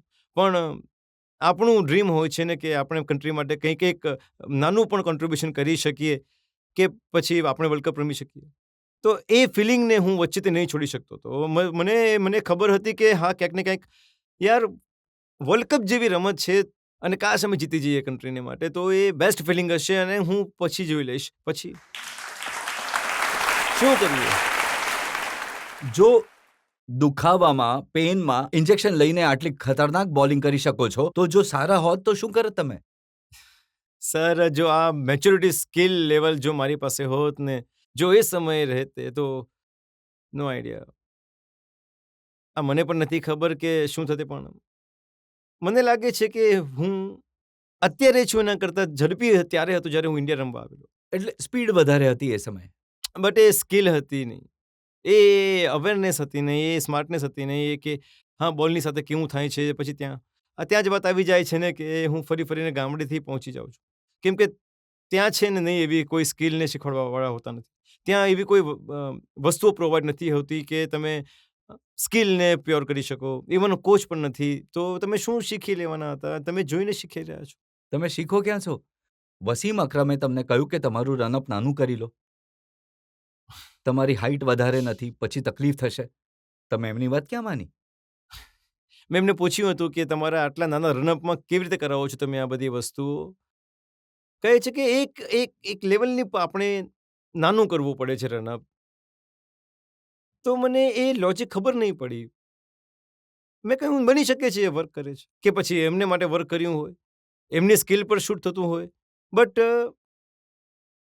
મારું રનઅપના તો પહેલા દિવસે નાનું હતું કે ના આજે નાનું છે. હું હંમેશા સેમ રનઅપથી દોડું છું, સેમ ડિસ્ટન્સ છે મારી પાસે. ઇવન આજે વધારે ફોર્સ લગાવું છું દોડવામાં, અને આજે વધારે કમ્ફર્ટેબલ ફીલ કરું છું. ઇન્જરીઝ પહેલાં મારું જે રનઅપ હતું અને આજેના જે રનઅપમાં ઘણું ફરક પડે છે, ઘણું કમ્ફર્ટેબલ છે. એ માટે મેં એમની વાત નહીં માની કે જે મને શૂટ થતું નહોતું. તમે તો ડોક્ટરની વાત પણ નહીં માની. ડોક્ટરે કહ્યું હતું કે ઓપરેશન પછી બોલિંગ તો છોડો, ચાલવું પણ મુશ્કેલ થશે. હા, આ સ્પેરની વાત છે. ગયા 23ના વર્લ્ડ કપ પછી ઘણી આશાઓ સાથે હું ગયો હતો ત્યાં, કે બની શકે જે તૂટ્યું નહીં હોય, કંઈ થયું નહીં હોય. પણ તૂટવાની સાથે ગળી પણ ગયેલું અંદરથી. તો એમણે કહ્યું કે પહેલાં કામ કરીએ, પહેલાં ઓપરેશન નહીં કરીએ તો ઇન્જેક્ટ કરીને જોઈએ. જો આનાથી ખુલી જાય તો, કેમ કે ક્યારેક શું થાય છે ને કે મસલ્સ એકબીજા સાથે જોડાઈ જાય છે, તો એ ઇન્જેક્શન લગાવવાથી એ ખુલી જાય છે. એ પણ નહીં થયું તો કહ્યું કે ઓપરેશન કરવું પડશે. મેં કહ્યું કે કરી દો, પતાવો હવે આને, હું વધારે નહીં ખેંચી શકું હવે. કારણ કે સવારે મારા ઉઠવા પછી જો હું બાથરૂમ નહીં જઈ શકું એટલે દૂર, તો પછી મને ઓપરેશન એ એકમાત્ર ઉપાય હતો. એના પછી એમણે જ્યારે કહ્યું કે હા, તો મેં પૂછ્યું કે કેટલો સમય લાગશે? તો કહ્યું કે 1 થી 1.5 કલાક લાગશે તમને ઓપરેશન થિયેટરમાં, એના પછી તમે શિફ્ટ થઈ જાઓ. મેં ઠીક છે. તો એ થોડુંક એવું હતું કે કેમ કે સ્પોર્ટ્સના જેટલા પણ પ્લેયર્સ છે એમની સાથે થાય છે, તો એ અહીં ઇન્જેક્શન લગાડી રહ્યા હતા. તો કહ્યું કે તમને 30 સેકન્ડમાં ઊંઘ આવી જશે. અહીં જ્યારે ઇન્જેક્શન લગાવ્યું તો થોડું ઠંડુ લાગ્યું મને. તો હું કહેવાનો હતો કે હું મરતા 1 મિનિટ તો લઈને જ જઈશ. 3 જ ગણી શક્યો હું. ખતમ. તો હું 3માં જ્યારે 3 સેકન્ડમાં બેહોશ, તો એમણે ઓપરેશન કર્યું. એના પછી જ્યારે મને ભાન આવ્યું તો થોડુંક ધૂંધળું દેખાતું. તો કે હું જ ડૉક્ટર છું, ઓળખ્યા? તો મેં કહ્યું, હા. તો મેં કહ્યું કે મારો એક સવાલ છે તમને પ્લીઝ. કેટલા દિવસમાં હું ગ્રાઉન્ડ પર ઉતરી શકું છું? એમણે મારા મોઢા પર જોયું અને પગ પર જોયું. મને પૂછે, તમને લાગે છે તમે રમી શકશો? હું તો વિચારું છું કે તમે ચાલી શકો એ જ મોટી વાત છે તમારા માટે. મેં કહ્યું, ઓપરેશન તમે જ કર્યું છે ને? કોઈ બીજું તો નહોતું ને? તો કે નહીં. મેં કહ્યું, હું રમીશ. તો કહ્યું કે અત્યાર સુધી તો આવા ઓપરેશનમાં થયું નથી આવું. ઘણા ઓછા લોકો એવા છે જે ગ્રાઉન્ડ પર ઉતરી શકે છે. રમવાની વાત નથી કરી રહ્યો, ગ્રાઉન્ડ પર ઉતરવાની વાત કરી રહ્યો છું, એણે કહ્યું. એમણે એમણે કહ્યું એમણે કહ્યું કે જો તમે ગ્રાઉન્ડ પર મેચ રમ્યા આ ઇન્જરીઝ પછી, રિકવર થયા પછી, તો હું તમને મળવા ઇન્ડિયા આવીશ. મેચ રમ્યો અને મને મળવા આવ્યા. બટ તમારો કોન્ફિડન્સ છે, તમારામાં ગટ્સ છે, જો તમે અને આજે કરોડો લોકો છે, એમની દુઆઓ તમારી સાથે છે. સર, એ સૌથી પહેલા છે મારા માટે કે કોઈને પણ માટે કે તમે જ્યારે કોઈ પણ પ્રોફેશનમાં કે ગમે ત્યાં હો છો, જ્યારે તમે દેશને માટે કંઈ કરો છો, તો સૌથી પહેલા તમારું ક્રાઉડ, તમારો સપોર્ટ, તમારો પ્રેમ, એ અમને વધારે પંપ અપ કરે છે. તો એ ઘણું આવશ્યક છે. એક બે સવાલ હજી લઈ શકીએ? અમને બધાને ખબર છે કે તમે તમારી આ ઇન્જરીઝને ઘણા લાંબા સમયથી રિકવરી કરી રહ્યા છો. તો મારો સવાલ તમને એ છે કે શું તમે ફરીથી રમવા માટે તૈયાર છો કે નહીં? યાર, હું દિલીપ ટ્રોફી રમીને આવી ગયો, બીજું શું જોઈએ છે મારી પાસેથી? બટ જ્યાં સુધી ઇન્જરીનો સવાલ છે, ઘણું જ તમને પેસિનેટ થવું પડશે જો તમને ફરીથી ગ્રાઉન્ડ પર આવવું છે તો. કેમ કે જ્યારે કાર્ટલેસ થયું કે એક્લેસ ઓપરેશન હોય છે, તો આ ઘણી સિરિયસ ઇન્જરી છે. તો તમને ફોકસ, પેશન્સ અને સ્ટ્રોંગ થવાની જરૂર છે. અને વાત થઈ ગઈ મારી ફેમિલી, મારા મિત્રો અને મારી સાથેના ક્રિકેટ જે રમે છે, ભાઈ બાકીની વસ્તુઓની ભરપાઈ કરી દે છે. હવે જુઓ, જે વાત શમીએ ન કહી એ હું તમને બતાવું છું. આ સમયની મોહમ્મદ શમીની ફિટનેસ એમની લાઈફની બેસ્ટ ફિટનેસ છે. એમનું બોડી ફેટ લોએસ્ટ છે. અને આ એમણે ઘણા દિવસોથી મહેનત કરીને બનાવી છે, એને સંતાડી રાખ્યું છે એમણે. લૂઝ પહેરીને આવ્યો છું એના માટે. શું આગલા વર્લ્ડ કપમાં પણ શમીનો જાદુ જોવા મળશે? જો, હું તો કરવા માટે તૈયાર છું અને લેવાવાળા જોઈએ. બસ હવે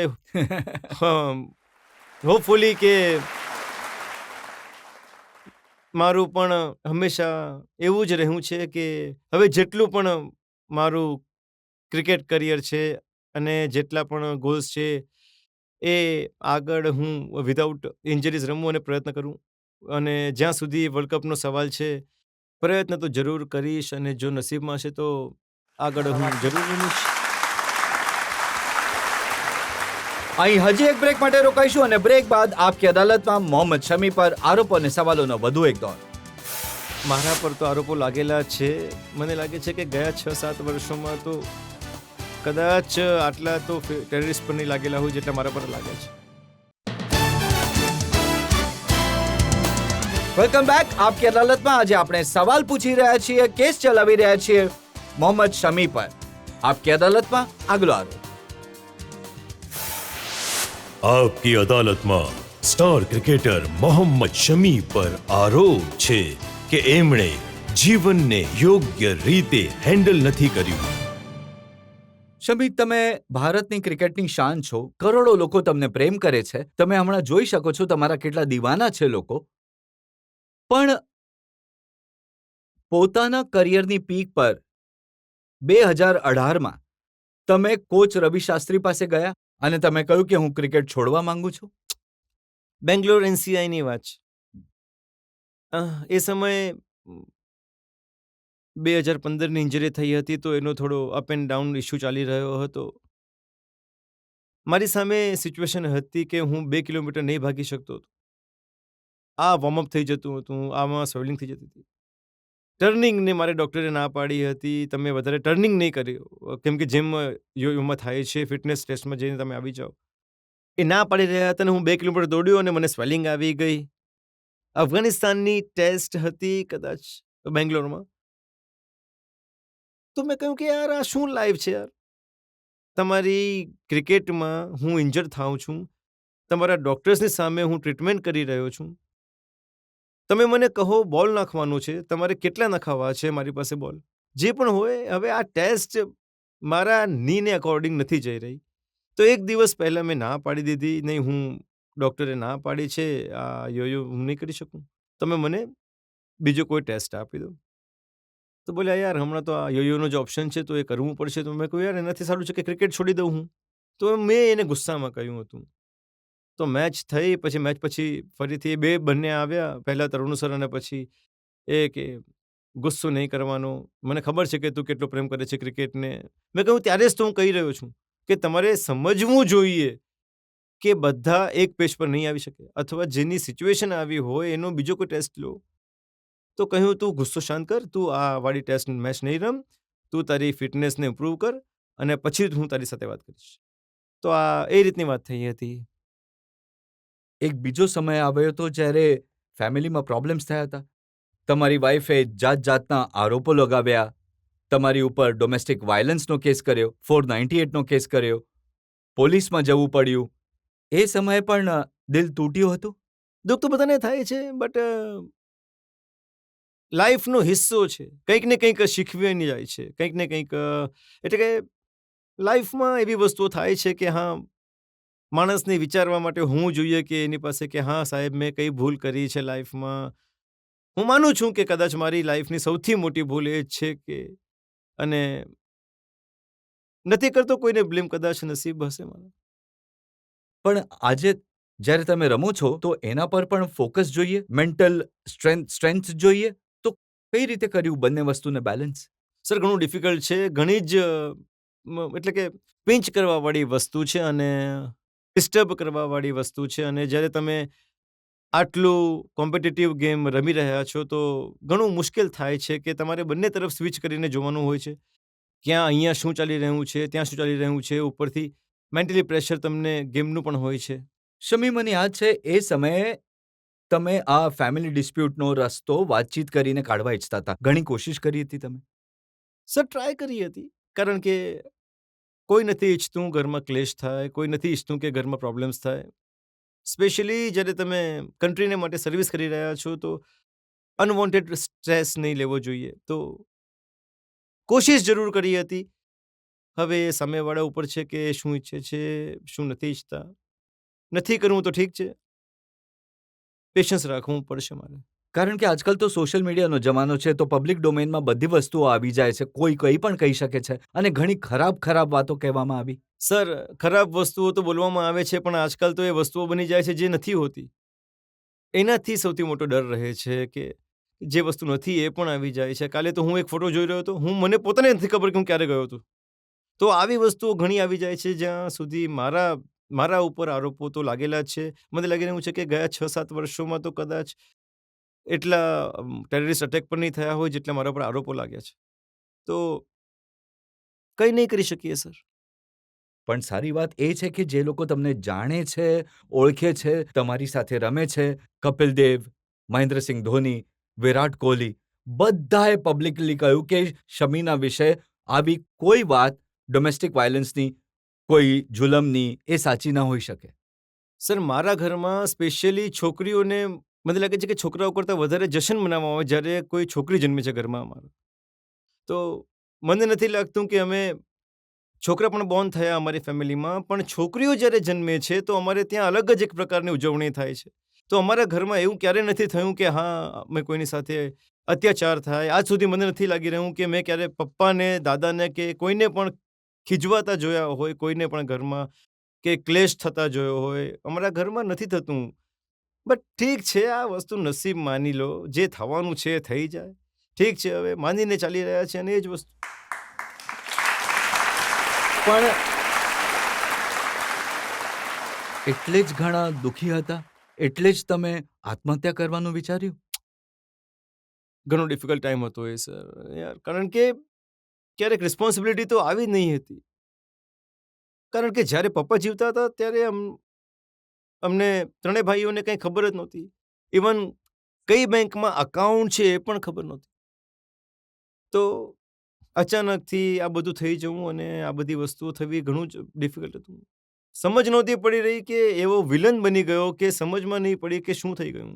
મેં કહ્યું ઠીક છે, કદાચ કંઈક થાય પણ મહેરબાની છે ઉપરવાળાની. એ આ લોકો સાથે હતા, પરિવારે સાથ આપ્યો, મિત્રોએ સાથ આપ્યો. આજે તો એ બલા ટળી ગઈ છે. વિચાર્યું જરૂર થયું નહીં એ સારું થયું. નહીં તો આ બધું વર્લ્ડ કપ મિસ થઈ જાત મારાથી. ફેમિલી ઠીક અને છે. મિત્રો તો કહે છે કે અમે જેટલું શમીને જાણીએ છીએ કે એ જે વિચારે છે એ કરીને બતાવે છે, એટલે ઘણો ડર હતો. એ તો છે કે જો મને જીદ ચઢી તો હું પીછો નથી છોડતો એ વસ્તુનો. મારે કરવું જ છે. હું ગેમ માટે ગેમને લઈને પણ એવો જ છું કે જો મને લાગ્યું કે મને કરવું છે તો મારે કરવું છે.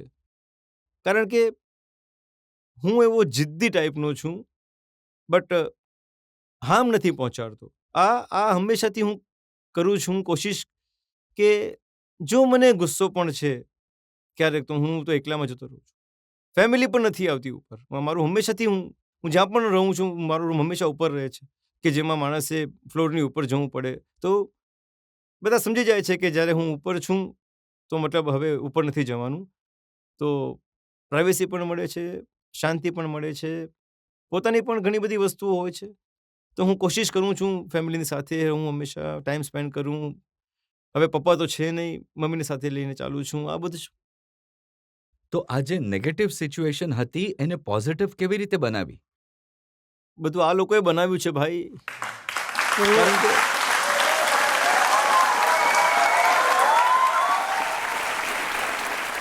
કારણ કે જ્યારે એ થોટ આવ્યો હતો મારા મગજમાં કે આ ટાઈમ છે લાઈફના એન્ડનો,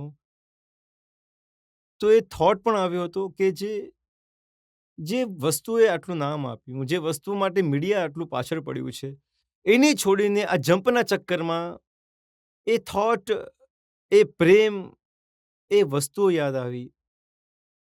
વિચાર્યું ચાલો આને છોડો યાર, ગેમમાં લાગી જઈએ પાછા. કારણ કે મેં એ બધી વાતોની સ્ટડી કરી છે, એક પેટર્ન જોઈ છે. જ્યારે તમે સક્સેસફુલ થવા લાગતા હતા, જ્યારે સારું પરફોર્મન્સ કરવા લાગતા હતા, એ જ સમયે ફેસબુક પર કે ટ્વિટર પર કોઈ એવી વાત કહેવામાં આવતી કે જે ઘણી ડંખે એવી હા, હોય. મળે છે મજનું. કંઈ વાંધો નહીં. થાય છે હંમેશા મારી સાથે, હંમેશા. તો હવે તો આદત થઈ ગઈ છે યાર. હવે કહે છે ને લોકો કે બિહેવિયર મારું અલગ થઈ ગયું છે, પણ આદત થઈ ગઈ છે કે જ્યારે કોઈ મોટી ઇવેન્ટ હશે, જ્યારે સારું પરફોર્મન્સ થઈ રહ્યું છે, તો પછી કે કોઈ સારી વસ્તુ કરવા જઈશ તો ત્યાં પિન પોઈન્ટ થવું જરૂરી છે. તો હું હવે એને માટે પ્રિપેર રહું છું કે હા, આ મેન્ટેલિટી સેટ થઈ ચૂકી છે મારા અગેન્સ્ટ કે હા, આ વસ્તુ ક્રિએટ કરવાની છે. તો આઈ ડોન્ટ કેર કે શું કરશો તમે. મારે મારા ફોકસ પર જ ફોકસ કરવાનું છે. મારું જે એમ છે એ મારે જ રાખવાનું છે. તો કંઈ નહીં, જે ઇન્ડિયન લો કરશે એને માટે હું તૈયાર છું.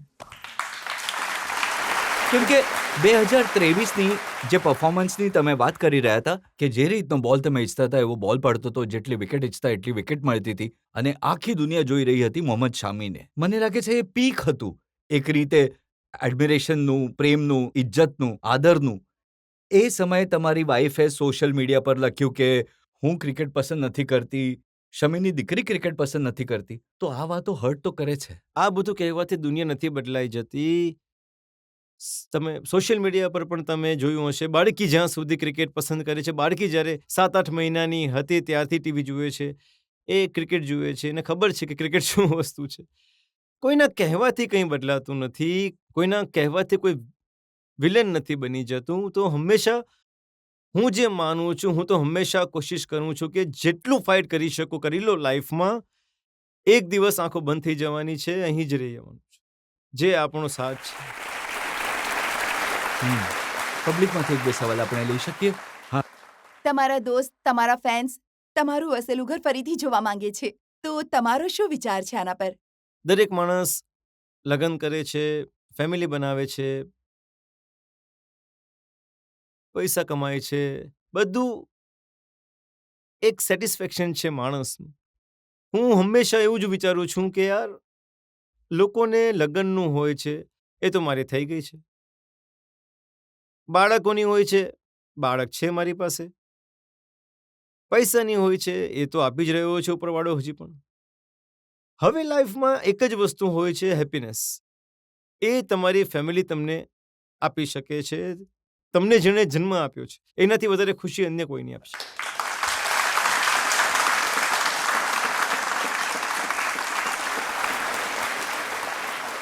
શમી, પર્સનલ લાઈફના આખા મામલાને જેટલી ડિગ્નિટીથી તમે હેન્ડલ કર્યું છે અને જે રીતે તમારા ક્રિકેટર મિત્રો છે એ તમારી સાથે ઊભા રહ્યા, એ ખરેખર વખાણવા લાયક છે.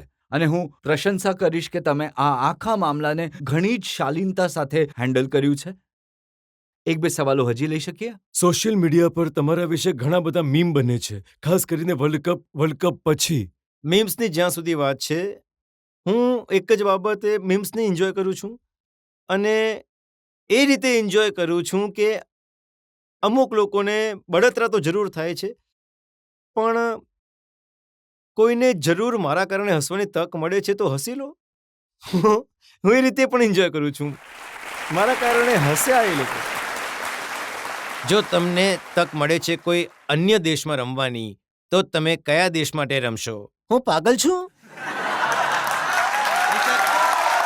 એમ કે ને?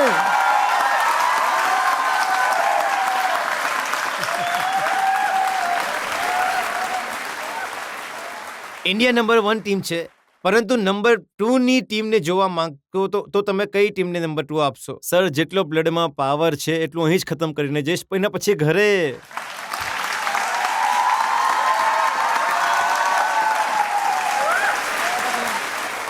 છોડવાનો, રિટાયરમેન્ટનો પ્લાન તમે ડિસ્કસ કર્યો છે કોઈની સાથે? કેમ કરવાનું, બધું સારું તો ચાલી રહ્યું છે. શમી, એક ફાઇનલ સવાલ તમને પૂછવા માંગુ છું. इतना जो मुस्कुरा रहे हो, क्या गम है जिसको छुपा रहे हो?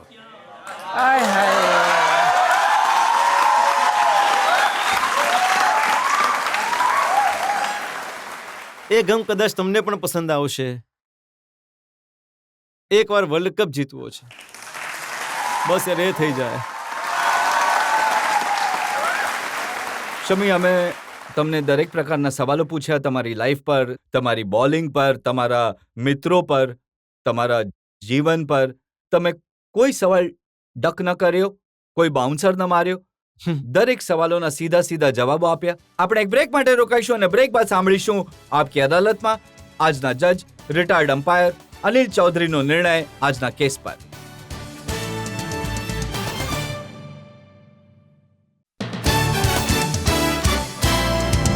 Welcome back. આજે આપણે કેસ ચલાવ્યો સુપરસ્ટાર ક્રિકેટર મોહમ્મદ શમી પર.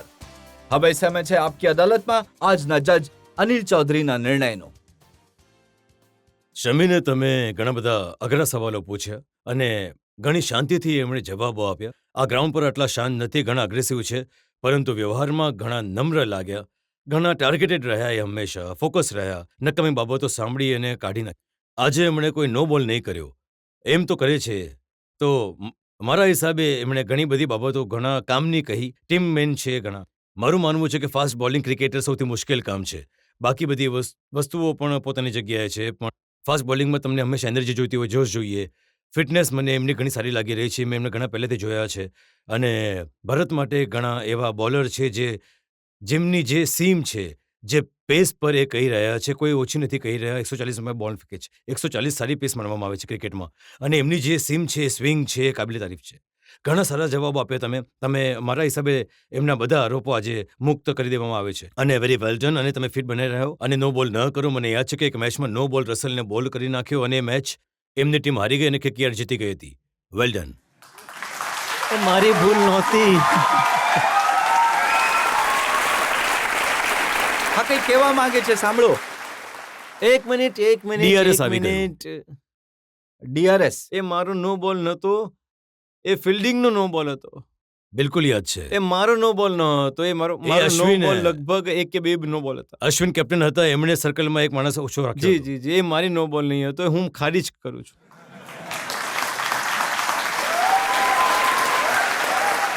અમારી શુભકામના છે કે મોહમ્મદ શમીની ફિટનેસ આવી જ રીતે કાયમ રહે, આવી જ એનર્જી સાથે રમતા રહે દેશનું નામ રોશન કરે, એકવાર ફરી ભારત માટે વર્લ્ડ કપ જીતી લાવે, એ એમની ઈચ્છા પૂરી થાય. આ વિશ્વાસ સાથે આજનો શો અહીં જ સમાપ્ત કરીએ છીએ. આવતા અઠવાડિયે તમારી સાથે મુલાકાત થશે એક નવા વ્યક્તિત્વ સાથે. ત્યાં સુધી નમસ્કાર.